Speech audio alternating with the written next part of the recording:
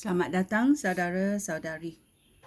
Kita mau mendengar Ayub hari ini. Iaitu babak ke-34.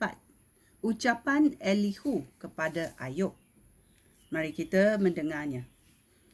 Kamu semua begitu bijak, begitu pandai. Sekarang dengarlah kata-kata aku ini. Orang tahu makanan yang sedap ketika merasainya, dan kata-kata yang bijak apabila mendengarkannya. Persoalan ini harus kita periksa, lalu kita putuskan bersama-sama. Ayub berkata, "Aku tidak bersalah, tetapi Allah tidak memberikan keadilan kepada aku. Aku dianggap berdusta kerana mengatakan aku benar. Aku ini cedera parah. Tetapi aku tidak bersalah," kata Ayub. Benarkah kamu melihat orang seperti Ayub ini? Dia menghina Allah berkali-kali. Dia gemar akan orang jahat sebagai teman dan orang durjana sebagai sahabat, kawan. Dia berkata bahawa tiada gunanya diperkenankan Allah. Hai orang pandai, dengarlah. Adakah Allah yang Maha Kuasa melakukan hal yang salah? Dia membalas manusia setimpal dengan perbuatan mereka dan memperlakukan mereka dengan sepatutnya. Allah yang Maha Kuasa tidak melakukan kejahatan.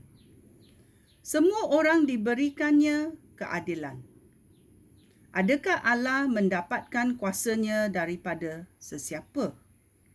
Adakah sesiapa yang menugaskan dia untuk menguasai dunia? Jika Allah mencabah atau mencabut nyawa manusia dan mengambil kembali nafas hidup mereka, maka matilah semua orang yang bernyawa dan manusia menjadi debu semula.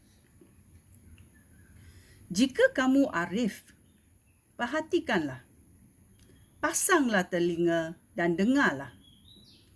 Jika Allah membenci keadilan, Dia tidak patut memerintah. Adakah kamu mengalahkan Allah yang adil dan perkasa? Allah mengalahkan pemerintah dan raja apabila mereka berbuat jahat dan derhaka. Allah menciptakan setiap insan. Dia tidak menyebelahi raja atau mengutamakan yang kaya daripada yang miskin. Orang mungkin mati pada waktu malam dengan tiba-tiba.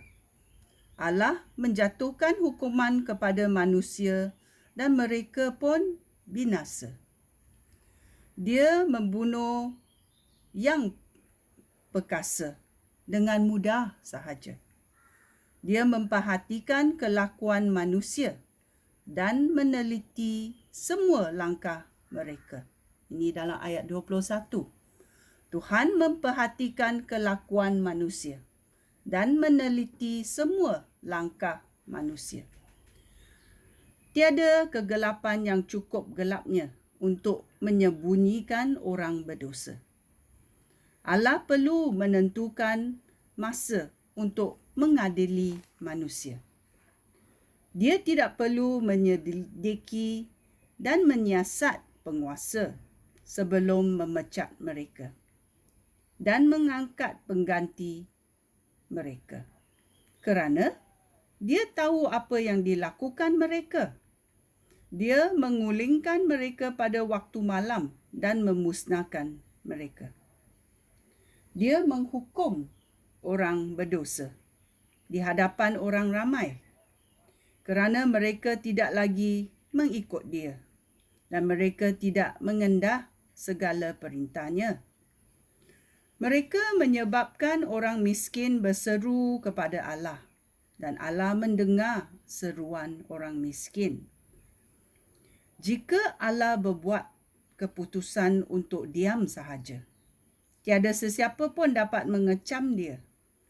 Jika dia menyembunyikan mukanya, tidak sesiapa pun dapat menemukan dia. Maka,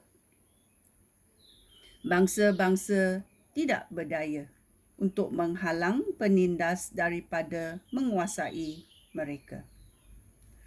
Ayub, sudahkah engkau mengakui kesalahan kamu kepada Allah? Sudahkah engkau berjanji tidak akan berdosa semula? Sudahkah engkau meminta Allah menunjukkan kesalahan yang tidak engkau ketahui? Sudahkah engkau bersetuju menghentikan kejahatan itu? Oleh sebab engkau tidak menyetujui perbuatan Allah, engkau tidak boleh mengharapkan dia mengabulkan kehendak kamu. Engkaulah yang harus berbuat keputusan, bukan aku. Beritahulah kami pendapat kamu. Setiap orang yang berakal pasti akan bersetuju.